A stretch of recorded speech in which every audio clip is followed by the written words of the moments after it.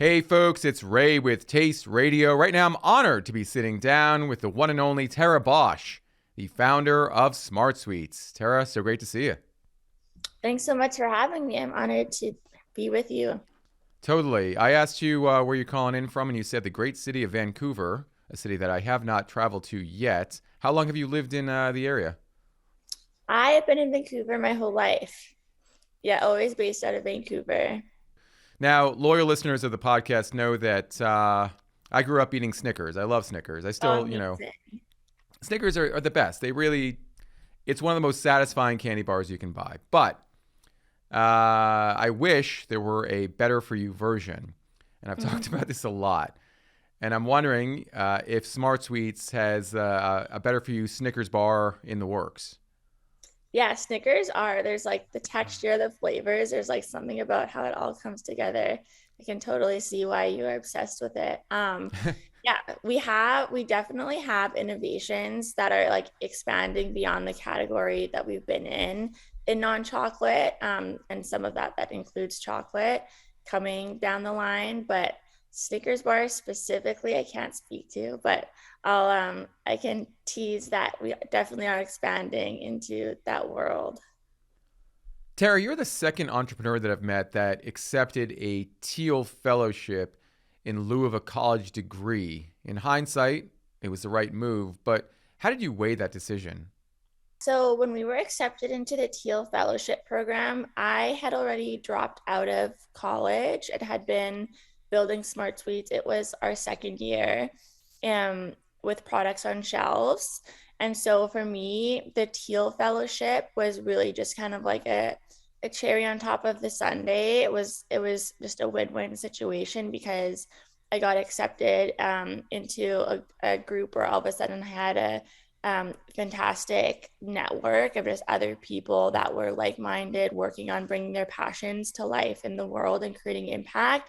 And then also, I wasn't taking any salary from Smart Sweets, and so with the Teal Fellowship, then I could like at least it helped me to continue to like have my $2 muffin for lunch, that so it helped me also to prolong the period of time that I personally took any salary from Smart Sweets. So that was really helpful.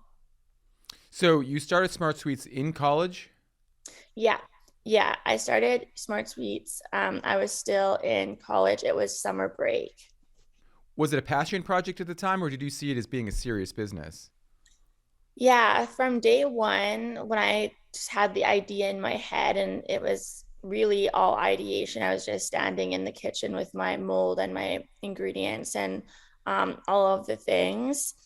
I had already decided that this is going to be something that exists in the world, and that like 10 years from now, Smart Sweets is going to be the global leader in reinventing candy and kicking sugar and keeping candy. So from day one, I went all in before anything had even materialized in the world. I just felt like a super strong sense of conviction towards it, and that people needed access to candy that their body loved without sugar alcohols or anything added artificially, and that tasted amazing.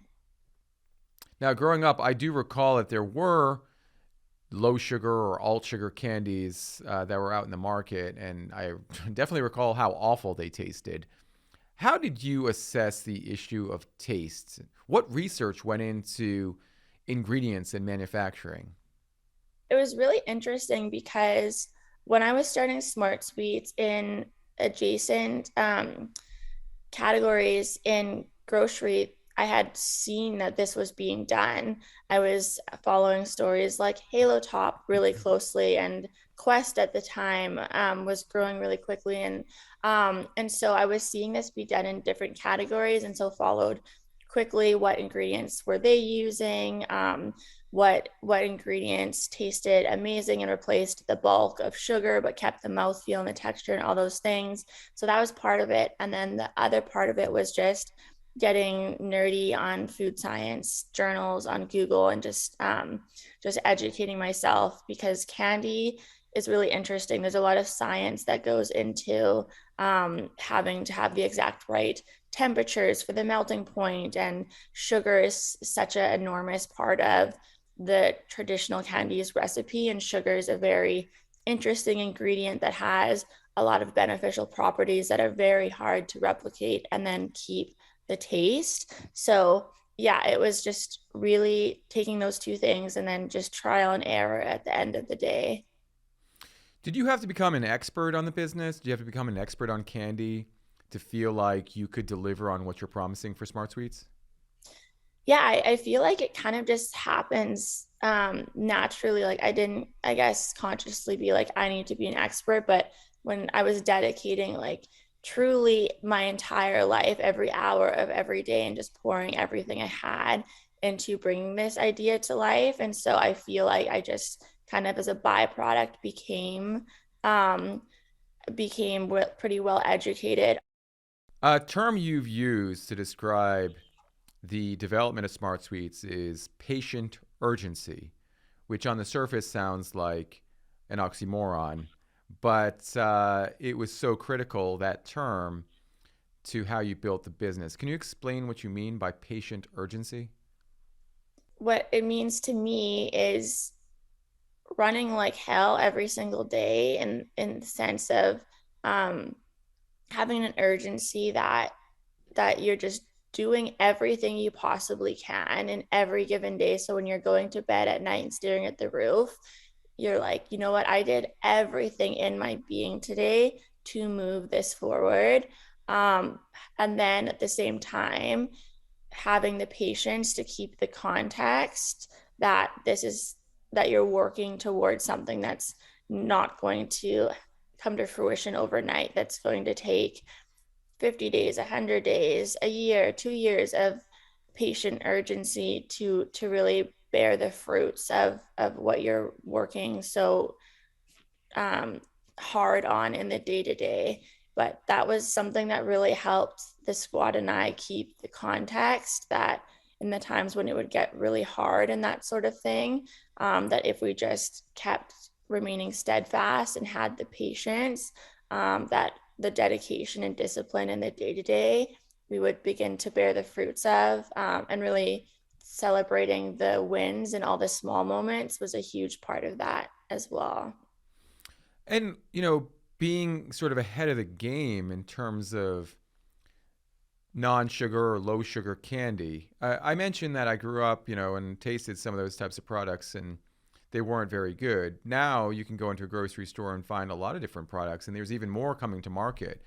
Um, was first mover advantage with a great tasting product, a key pillar of the eventual success of Smart Sweets?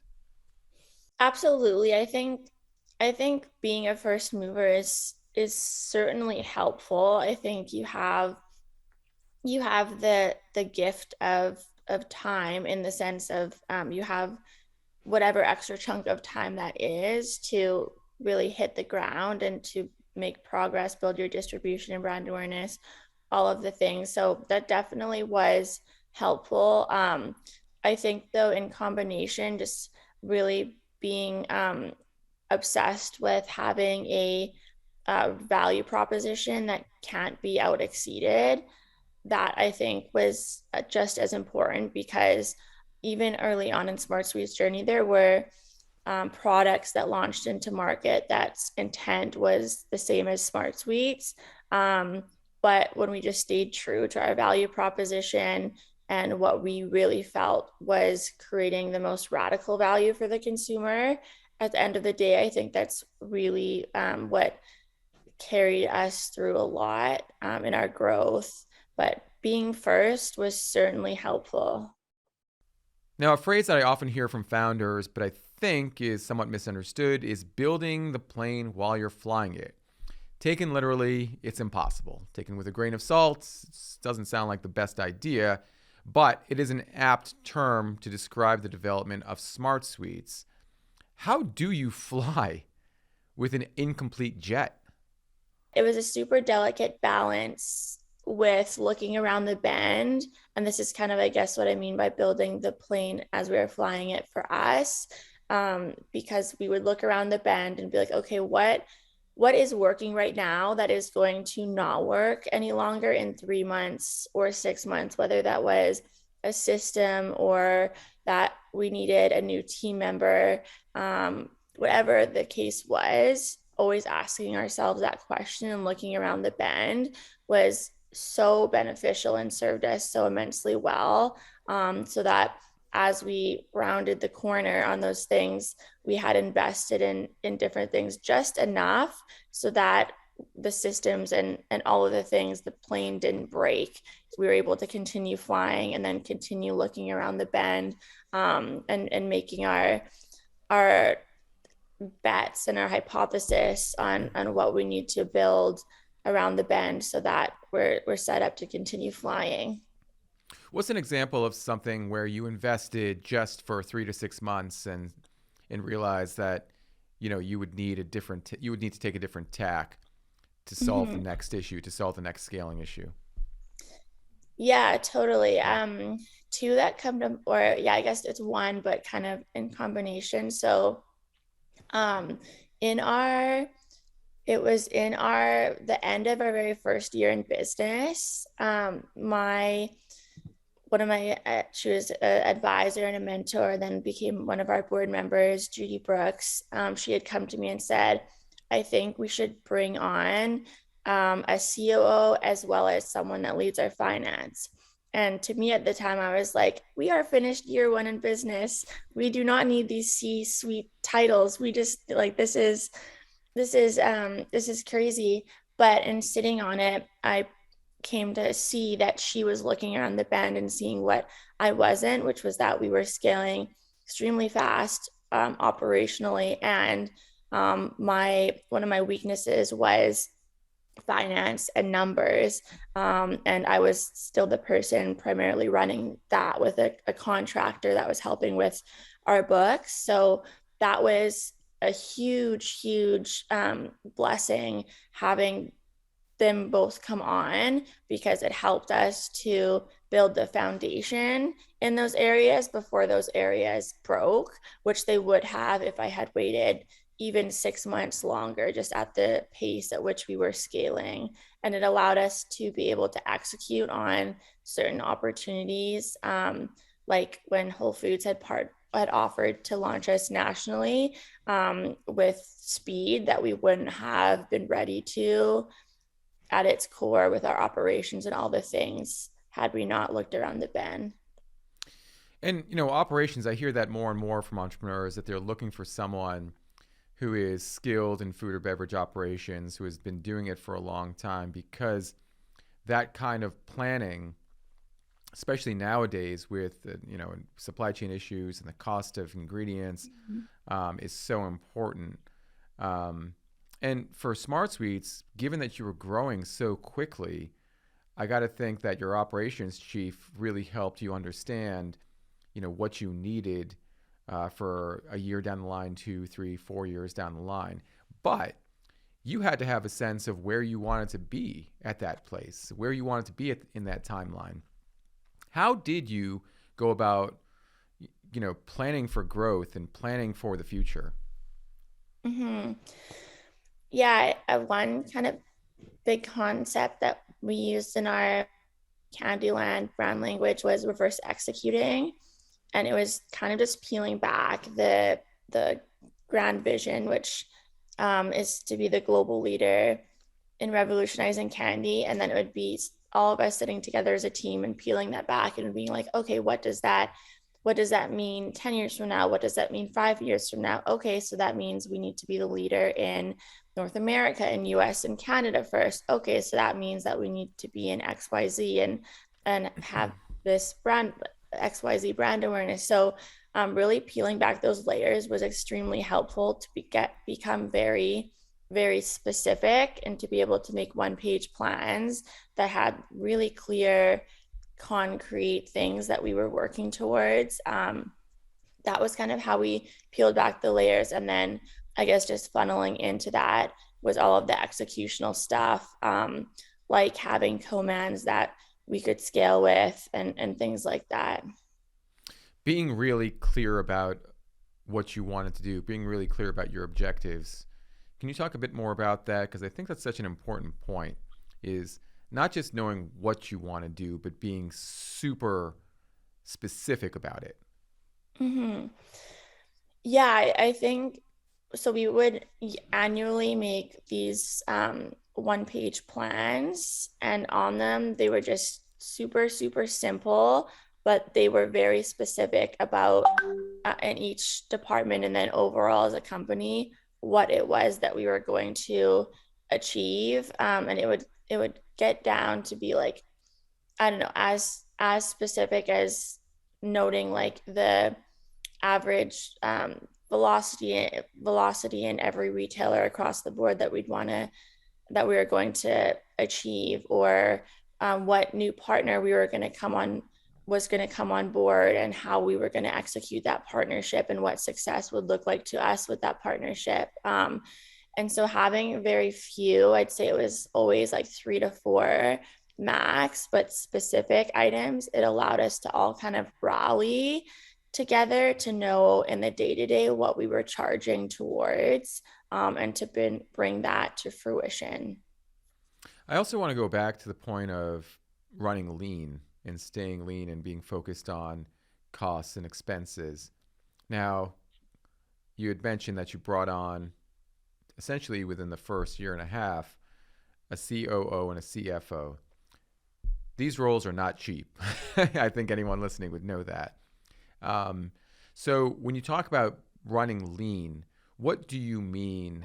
What were some of the things that you could pull back on, that you could reduce in terms of expenses, to achieve the kind of margins and profitability that you were chasing?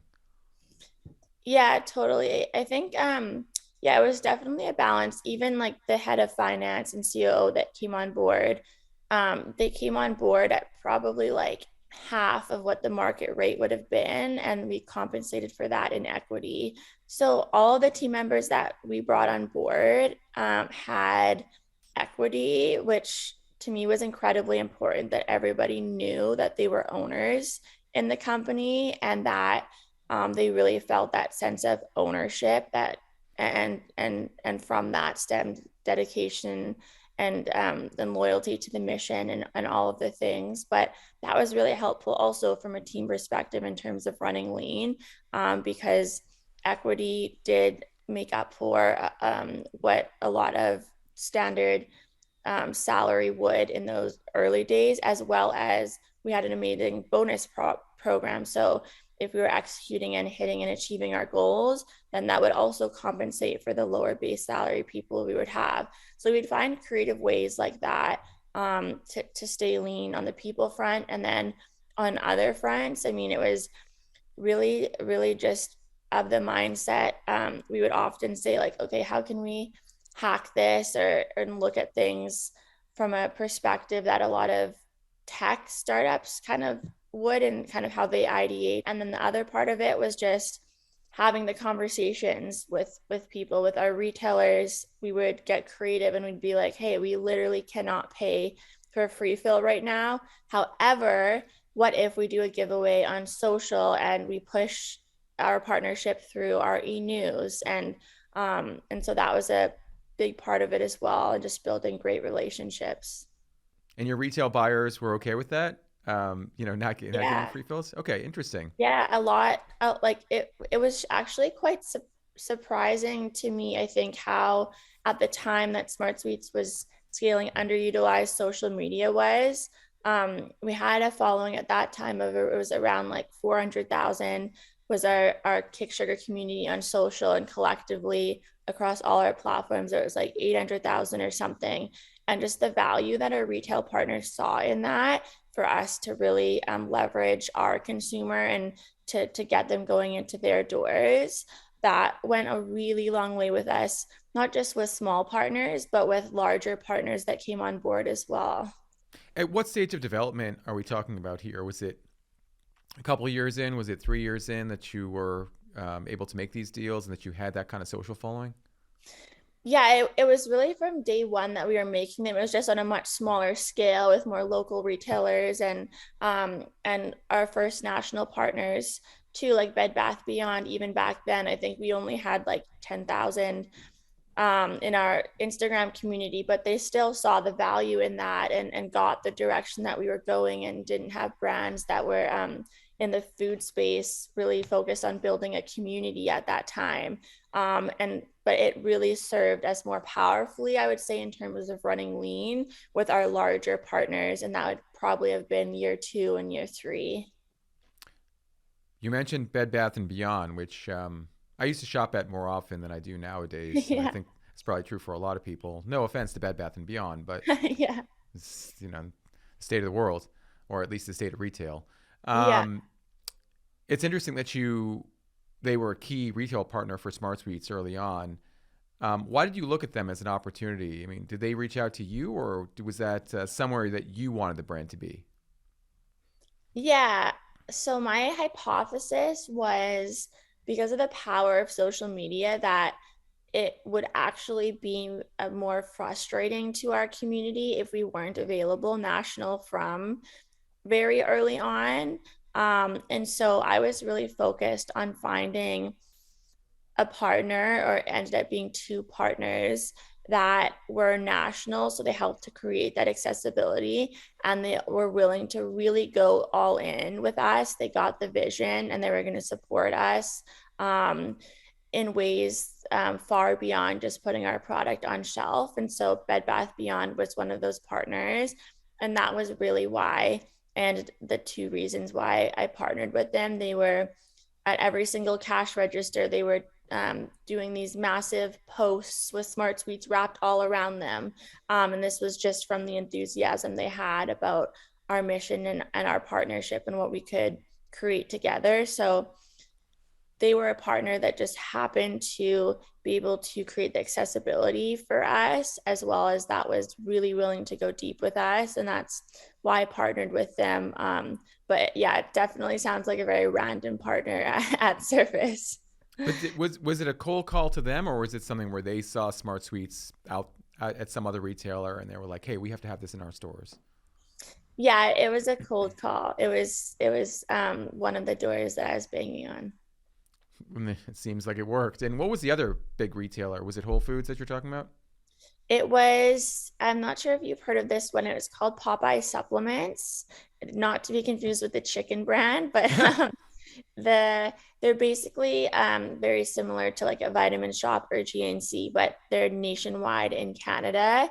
And so again, they had the accessibility, and then they were really willing to go deep with us. So ended up being a great partner. Having a national retail partner is a huge win for brands. Fulfillment and being able to meet those orders, that can be the challenging part. But I think nowadays people would look at that strategy and say, well, why didn't you just go direct to consumer? You Mhm. have all these fans that you're trying to reach, and they all want your product. Why not just ship it to them directly? Yeah, totally. For us, it was always a mix. With candy, it's such an impulse purchase. It's something like you have the sweet tooth, you want a bag of candy now. You don't necessarily want to go online and order and wait. I think that hypothesis served us well, but you're totally right. So we did also lean into ecom from day one, and we really focused on creating a really fun consumer experience through our ecom platform, with kind of bringing like the joy and the personalization and all the things that you just can't really do in retail. So I'd say ecom was around 30% of our business. It was kind of a 70-30 split all the way through scaling. Finding the right influencer for your brand is something that a lot of founders struggle with. Um, what was your approach to aligning with influencers and people that you thought could amplify the brand and amplify your uh, your vision and the benefits of the product most accurately to the way you saw it? Yeah, totally. I mean, I really viewed it as like at the end of the day, I wanted to find people that SmartSweets was truly creating such immense value in their lives that they naturally wanted to share it with others, whether or not we were working with them. Um, I um, had hypothesized and we came up with the idea, and it was inspired actually by Tim Ferriss' book, The 4 Hour Work Week, when he was talking about his marketing strategy for the book and how he honed in on that. We began choosing niches. We started with just one niche where we were a very small company, but it was a niche that we felt like we were creating immense value for. And also, the ripple effect of focusing on the niche was that to that niche, almost overnight, SmartSweets was everywhere. And then we would grow beyond that to the next niche, where again, we are still a very small company, but it would create the illusion that SmartSweets is everywhere, and kind of create the like group passion within that niche for SmartSweets. So that was how we started our, and the first niche we chose was the Weight Watchers community. And then we grew to like the fitness influencer community, where both of those communities, something they had in common was they weren't eating candy at all. So we were actually reintroducing something that brought so much joy to them back into their lives. And so then we just kind of grew the niches, step by step, and that proved to be a really powerful strategy for us. You would have to have a really um, sophisticated way, I would assume, to understand how to reach these folks, because I couldn't just go online and say, hey, I'm going to try to reach the Weight Watchers community and talk about my product and my brand, and all of a sudden I'm going to have 10,000 people interested in my brand. How did you, I guess, get sophisticated? How did you get savvy about reaching these folks? What was your background in terms of social, or was it something that you outsourced? Yeah, I think that was kind of one of the things that benefited us was like it actually wasn't anything sophisticated. It was super simple. It just took a whole lot of time and energy. So when we were first starting with the Weight Watchers niche, for example, I would probably be on Instagram, like, I don't know, at least 7 hours a day, just looking up the hashtag Weight Watchers community. Then it pulls up related hashtags. And then you go in these hashtags and you very quickly see kind of who's part of this community, and then just DMing them, but from an authentic place and not just a copy and pasted message, that feels impersonal and just isn't authentic to that person. So it really wasn't anything sophisticated so much as it was just kind of the time and energy of pouring into doing that. Um, we always kept it in house. It was myself and my very first team member for a very long time, and then in our second year, at the end of that year, we hired an influencer coordinator, and that was it all the way through to our scaling. And so we kept things super lean, but um, and then as we scaled down the road, we introduced like an influencer management platform and did become more sophisticated. But in the beginning, and as we were kind of growing that, it really just was the time and energy of going on there, understanding who's in the community, and really taking the time to authentically connect. And when you did DM these influencers, was it easier to connect given that you were coming from an authentic place, or was it still, hey, no matter who you are, we get paid this much, or we get this much product to do anything for you? Yeah, I'd say probably like 90% of the people were really receptive. There was, of course, that like 10% that was just like, here are my prices and that sort of thing. But I'd say like 90% of people were really receptive, and we were really focused on building a Kick Sugar community, not just selling a product. And that was a community that they were also really passionate about and had served.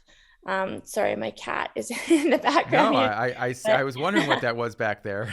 yeah, it's my cat. Um, but they were also equally passionate about the mission. And so the reason for being that ignited their excitement was far beyond just a product. It was about joining this mission that we're on together. Going back to the building out your team, at the outset it was just you and one other person. Then you hired an influencer coordinator. As you were building out your team, um, who are you looking for to be on this team?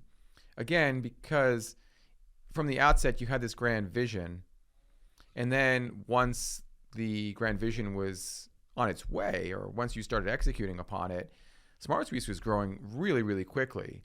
So you have to hire quickly. And that's not always easy when you're trying to get a sense of who the right fit is for the company. So talk about your hiring strategy. Yeah, totally. Yeah, so as we were growing, we we very quickly, it was kind of the part of looking around the bend, I think, that served us well to be like, what do we think we'll need in 3 months, 6 months, a year from now? So it minimized us feeling rushed about having to bring someone on board and not having someone. So even if we knew a role was a year away, we would begin fostering those relationships. And so by the time it came there, we in our mind already knew who would be a good fit for us. That served us really well. But yeah, I'd say all the way all the way up to probably our third year, everyone that we hired, though they were really well equipped to execute on their specific function, everyone had a I can wear all the hats mentality. And that was extremely important for all the firefighting and all the things of startup life. So generalists versus people who are specific to a certain role. Yeah, and I'd say to an extent, there were some roles, for example, like an AR coordinator that was like pretty specific to doing AR stuff. However, everyone had that mentality about being able to learn something new if they need to and just jump in and help all together collectively to move things forward, even if that meant stepping outside of their role. Do you feel like you were better served and the company was better served by hiring people who were experienced versus those who were really enthusiastic about the vision? I think it's such like a tricky question. I feel like for us, because for us it honestly felt like it had to be the blend of both.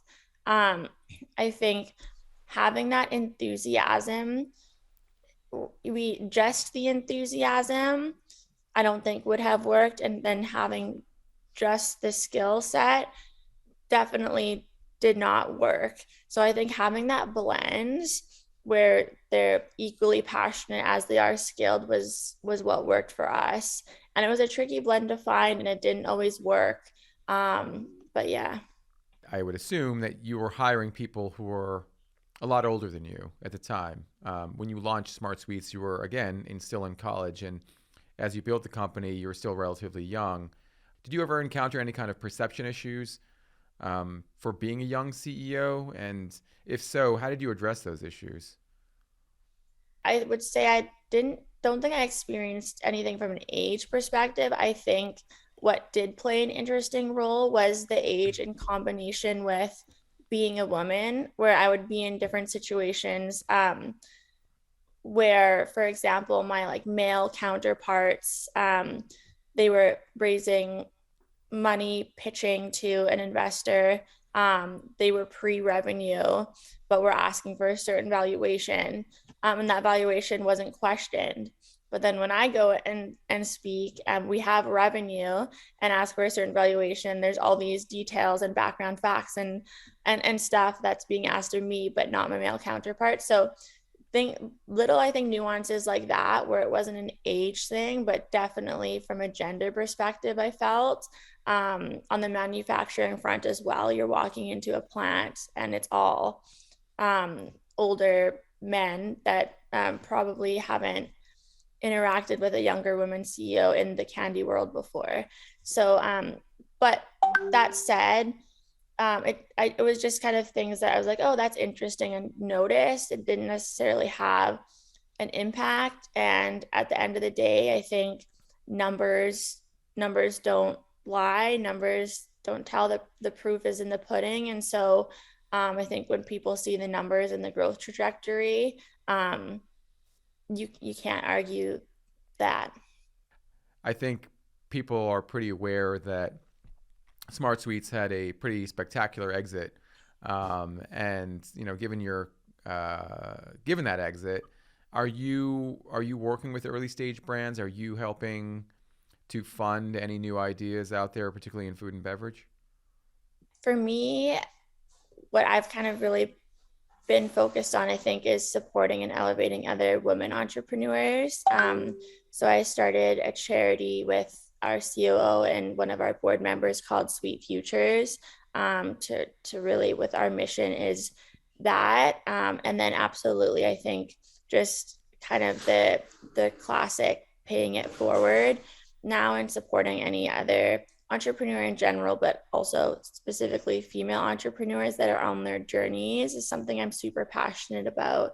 But I haven't dove headfirst into anything just yet, but supporting where I can, absolutely.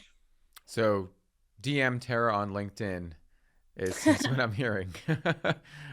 Yeah, I'm honestly like in the beginning of SmartSweet's journey, I was so honored by just how people were willing to take 5 to 10 minutes to talk to me and just how impactful that was for my journey. And so if I can do that for other entrepreneurs, if I can be of any service at all, I'm more than happy and honored to. Thank you so much for saying that, Tara, and thank you so much for sharing more than 5 to 10 minutes with me. I sincerely appreciate it, and I feel like our audience is going to get quite a bit out of this. We covered a lot, and I know there's more story to tell. I hope that we can meet up again in the near future, perhaps in person in Vancouver if I ever get out there. I would Yeah, love that'd to be come great. and visit. I would love that. Absolutely. I can show you all the good spots.